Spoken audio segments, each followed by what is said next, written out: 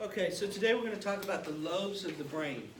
The lobes are found on both hemispheres. So there's a right and left frontal, right and left parietal, right side and left side of the temporal, right side and left side of the occipital. So both hemispheres have all four lobes. The first one we're going to discuss is the frontal lobe, which is by far the most important one. This is the lobe that we call the executive controller. And in the frontal lobe, we have the ability to think, to judge, to plan, to delay gratification, to control our impulses, to problem solve. So this is an area responsible for thinking and motivation. And also is an area responsible for movement, as well as containing an area called Broca's area, but only on the left side, which is responsible for language. So this is our frontal lobe, and it controls the association areas. What that means, remember I told you there were association neurons that mostly connect with each other. So the association areas are that outer layer of the cerebrum that I told you was the cerebral cortex. So it's the association areas mean the highest level functioning of that lobe.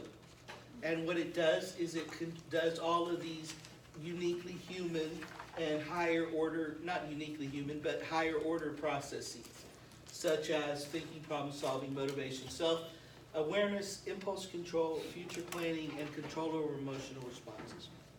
So this motor cortex is a strip at the back of the frontal lobe, and what it's responsible for is the frontal lobe's control of movement.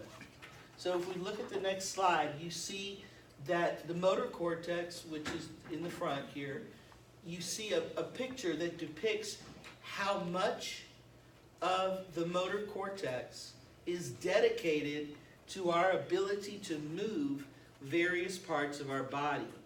And in this picture, you see how much of the motor cortex is dedicated to the face and the hands, much less to the other parts, right?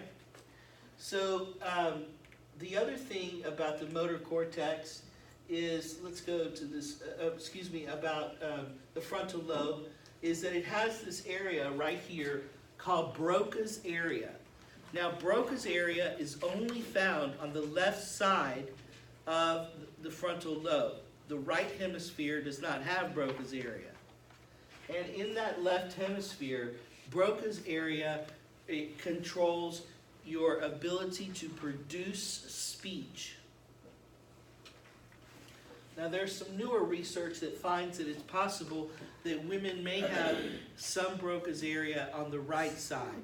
But for our purposes, we're going to remember that it's on the left side. This allows women to be a little bit more talkative, maybe? Just kidding. No, it really does allow women who've had a stroke on the left side to recover language a little bit better than men, because they may have some of that Broca's area on the right. Yes? If we see people that have more of an aptitude or a capacity for certain things, is it more likely that certain lobes are larger for that person, or that there's increased activity within that lobe? Okay, so the question was, for people who are particularly good at something, like they're maybe very verbal or something like that, they have specific activities, could that lobe be larger or more complex? And the answer is more complex. Okay. There would be more synapses and more connections there, but not physically larger typically. Okay? All right, so the next thing I want to tell you about the frontal lobe is about its control over the person and their personality. We figured out that the frontal lobe is responsible for personality from these older pieces of information that were new at the time and started giving us the idea that perhaps there's an issue going on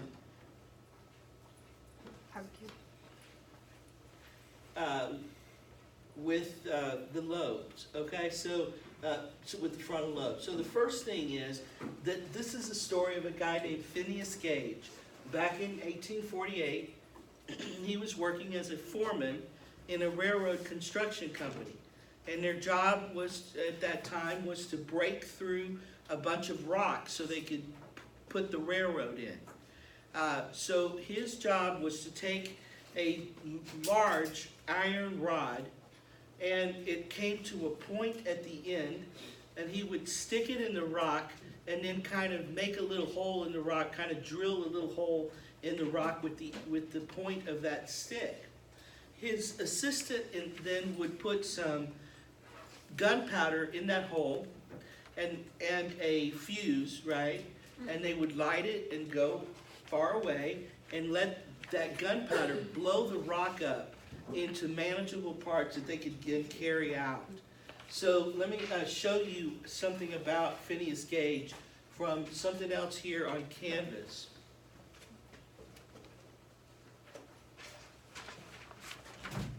So if you go to Module 2 and you go down under the biology section to the readings, you'll see the story of Phineas Gage. And this gives you some more pictures about Phineas Gage. So if you click this link, now this is a picture of him. The rod that he's holding is the one that went through his head.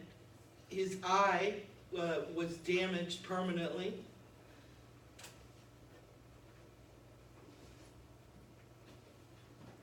This is a picture that depicts the rod in his skull. So you can see how large that rod is in comparison to his skull. And you saw by the way he was holding it that it was very thick as well. Now this is the hole in all of our skulls where our spinal column comes. So don't be fooled by that. That's not the hole, okay? This is the hole here, looking at the bottom of the skull. And then looking at the top, you can see that it came out there. So his personality changed drastically. And what happened is that he used to be their best foreman at this railroad company. He was dependable, motivated, well-liked, very kind and personable, yeah. And after this happened, his behavior changed dramatically. And he became rude, he became a loudmouth, he was emotional, and he was not motivated at all. So the railroad company tried to find him other jobs, and they just couldn't. He tried to go back to his old job, they tried to give him different jobs, and he just couldn't hold them. Eventually, he moved to, I believe it was Ecuador, and he started driving stagecoaches along an area of Ecuador that was very uncivilized still. And they were kind of like here in the Wild West, right, where people were going to the Wild West and had to cross. Well, he was doing that on the regular, back and forth, and he seemed to do okay at that for the rest of his life. And he would come visit the U.S. every once in a while to see his mother and his sister, and that's how we kept in touch with him. Where was he from? I don't remember where. Let me see if this tells us. Really American name. Let's see.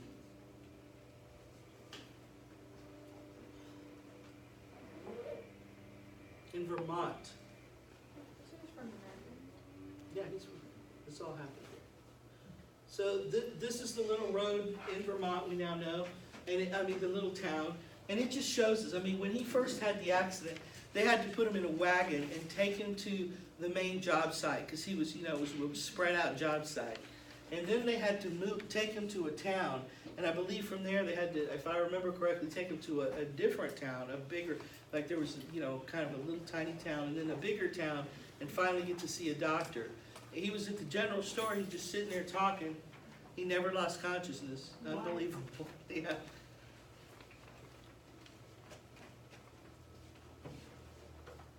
And this is the doctor who took care of him.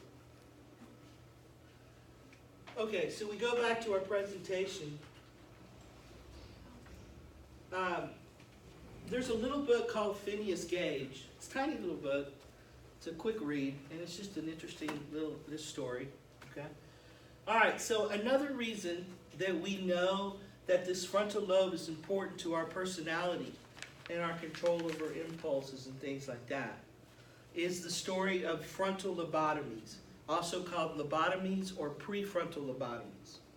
So we did not have the antipsychotic drugs. We had them in the early 50s, but they didn't really get out there and get used until the late 50s, okay, mid to late 50s. In the meantime, when people were psychotic, they were out of control with reality. And oftentimes that meant that they were a danger to themselves or others, but certainly that they were overactive and just kind of crazy, right? So frequently they had to be tied down, restrained for longer or shorter periods of time. It's very traumatic. And in the 50s, two different doctors, one in Italy and one here in America, whose name is Dr. Freeman, came up with the idea that we could use a procedure to kind of calm people down who had psychotic type issues. So they started by drilling a hole here in the eyelid, not eyelid, but eyebrow bone area, and they would stick in there an ice pick, and they would just rotor-rooter, kind of just up and down, just whatever, the frontal lobe. There was no specific, we're going for this particular area. I mean, we didn't have a whole lot of imagery and all of that stuff, right? So they would just stick it in there and kind of go, and different people had different reactions. In many cases, it worked in the sense that the person became more docile and less emotional and didn't require restraint and things like that. But in other cases, it went to the other extreme, right, extent, where the person required 24-hour care because they became vegetables. They became, vegetative.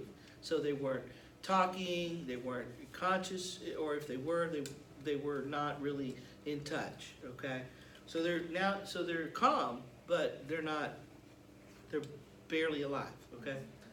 So they're just kind of physically alive without much consciousness going on at all. So what I want to tell you is the story of one particular guy who got a frontal lobotomy. His name was Howard Dully.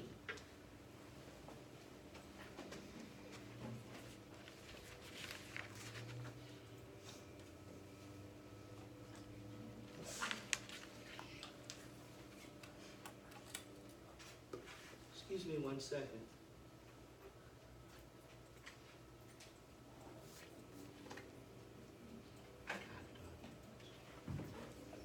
Okay, so this is under here as well. It's the see for yourself assignment called Howard Dully's lobotomy. And this is the link. Now this shows you what they would do during a lobotomy. They would take this ice pick type thing, and it was an ice pick, okay? Why lie? And they would just go in and just kind of rotor-rooter the prefrontal lobe. Now, Howard had one of the last lobotomies given. Not the last, but up there at the end of the use of lobotomies. So this is Dr. Walter Freeman, and Howard, this is his picture of him during his lobotomy in 1960. So by 1960, we've had the antipsychotic medicines for a number of years. They are being used with great success, horrible side effects in some cases, but great success in controlling the symptoms of psychosis. And Howard, as you can see, is a teenage kiddo. Now, what happened is, I'm going to show you some pictures as I tell you the story of his life.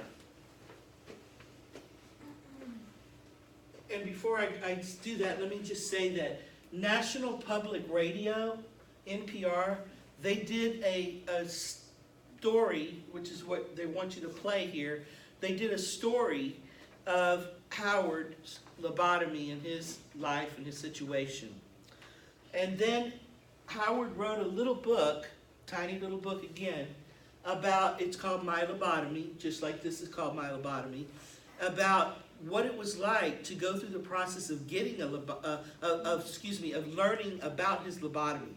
So he wrote a book about what he found out as he went through doing the research for this talk, because NPR actually funded his going back and looking at everything that was out there and figuring out, how he came to get a lobotomy and all of this stuff. Okay. Has he been interviewed? Huh? Has he been interviewed? Yeah. This NPR is an interview. He was also on People magazine, but he's fine. He's totally fine. Okay? So you can listen to the broadcast here. Okay, so he started this in 1946 here in the States, Dr. Freeman, and it was the ice pick lobotomy in Washington, D.C., and so then he started to perform transorbital lobotomies. A transorbital lobotomy means that instead of going through and drilling a hole through the cranium down here, he actually started going through the eye socket. So he would go through the eye sockets both and do the same.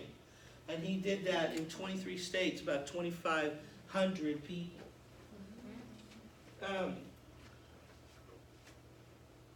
So his youngest patient is Howard Dully, who got the procedure when he was only 12 years old. Oh, boy. And NPR researches, helps Dully to research what happened. So go through all his papers and so forth. This is Howard, Walter Freeman operating on a patient. And this is Howard Dully. He's holding the ice pick that was used during his lobotomy at age 12. Same one? Exact same one? Is it exact same That one? is the same one, yeah. From what I remember, because I read the book. I didn't listen to this. I read the book instead. And I understand that he was able to find the ones that he had, that Dr. Freeman had in his office. And it's pretty certain that one of those was the one. So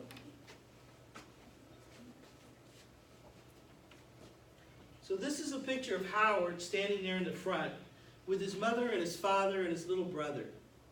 And unfortunately, his mother dies when he's young, very young. And his father remarries this witch here. This is the woman that he marries. And this turns out to be a very bad woman, okay? So Howard is a young boy, and he's got a lot of behavioral things.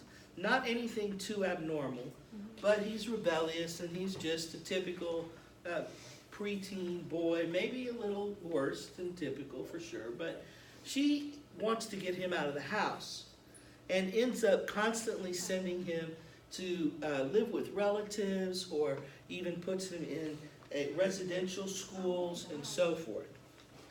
And she hears about lobotomies once he's back home, and she's had it with him. She hears about lobotomies, and she starts to go see Dr. Freeman. And Dr. Freeman isn't convinced that Howard needs a lobotomy, okay? And so basically she convinces him. And part of what Robert was trying to do is figure out, why did I get a lobotomy? Why did Dr. Freeman agree to give me one? And why did my father allow this to happen? So in the book and in this live radio cast, you hear about that. And one of the things you find out is that she basically lied to Dr. Freeman and said that he had tried to kill his brother, and I think maybe her as well. And so Dr. Freeman finally agrees to give him a frontal lobotomy. I think he saw Howard twice, the doctor did.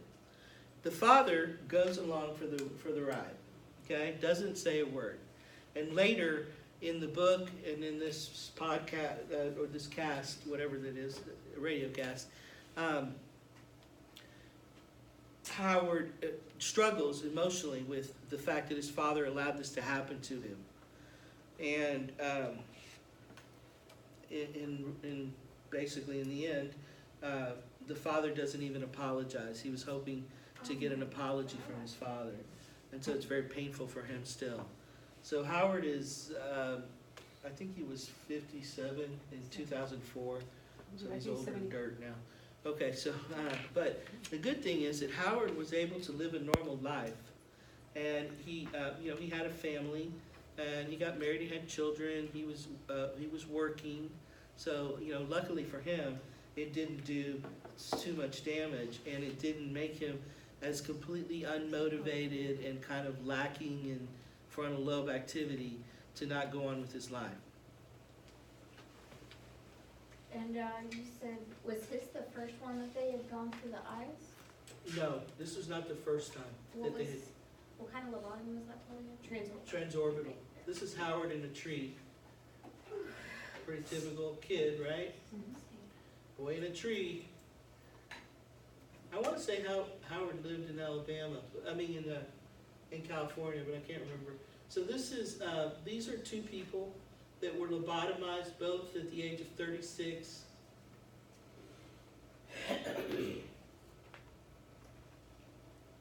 And so you can read the oral histories, or you can look at all kinds of stuff there to learn more about Howard Dully's lobotomy. Any questions about that? And I should tell you one more thing, by the way. Dr. Freeman was a real show-off kind of guy. So he would take Howard and some other of his patients and kind of bring them in like a freak show to show other doctors what he'd done. And the doctors would regularly walk out and boo and hiss and have a cow because they had stopped doing lobotomies. By 1960s, nobody was doing lobotomies anymore. That was out. It was dangerous. It could make a person die or be a vegetable. And it's the last thing they wanted to do. So they were working on these medicines, using the medicines. And by the way, one of the Kennedy sisters had a lobotomy. Rosemary? Rosemary, Yeah, was it? something Yeah, like that. Rosemary. She was psychotic and she had a lobotomy, and it didn't turn out well. I thought it was something else that they did in her brain to make her look to be motivated or a state. I'm not sure. That's what I heard. Yeah. But I something- haven't something- yeah. researched it. Exactly. So if y'all want to do that, figure it out. Google Magic. Okay, we're good. So that's the frontal lobe. The next thing we have here is the parietal lobe. This is on the top of the brain, and it mostly deals with touch, how objects feel, the temperature, pain, stuff like that. The association areas are the highest order functions, right? They're located in the outer eighth of an inch all over the brain, all over the parietal lobe. And here's what we can do with that. I can stick my hand in my pockets and I know, oh, that's a marker, right?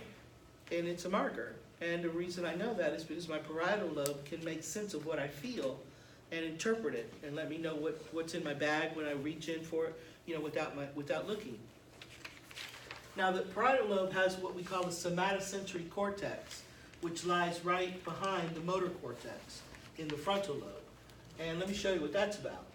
So here you have a depiction. Once again, this is a picture that tries to show us how much of the somatosensory cortex is dedicated to various parts of our bodies.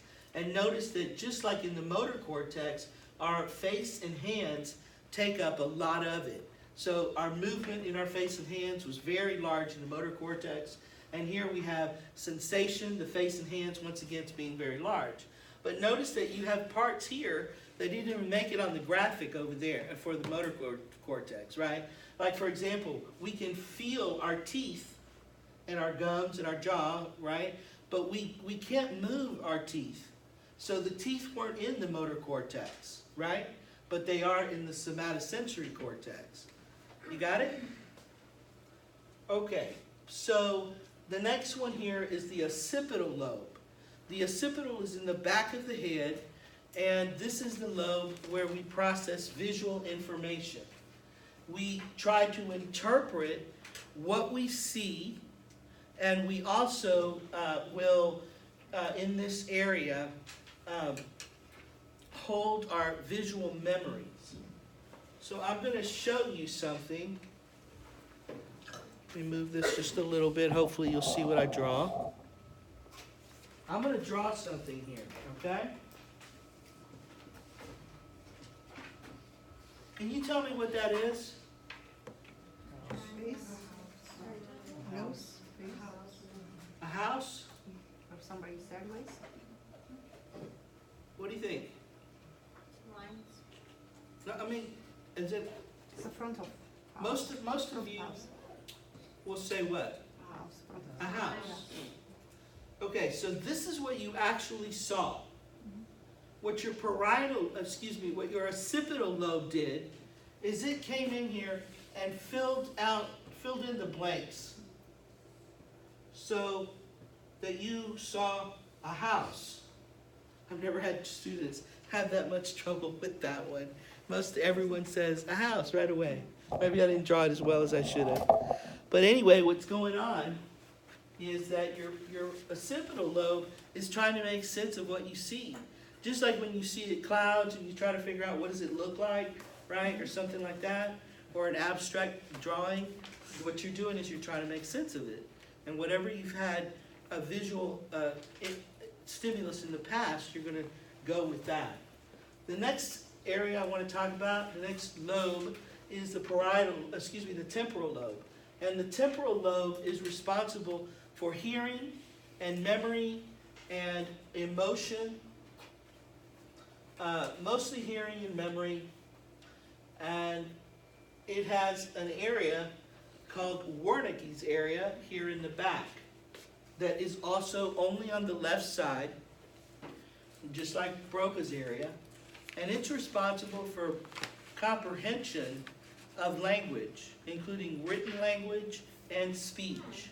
So once again, in the frontal lobe on the left side, we have Broca's area, which controls our ability to speak.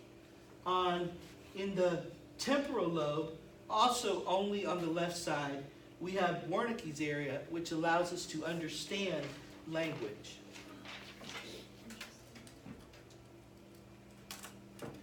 Now, I like this to talk about this lobe because what it does in the association areas is it tries to make sense of what you hear.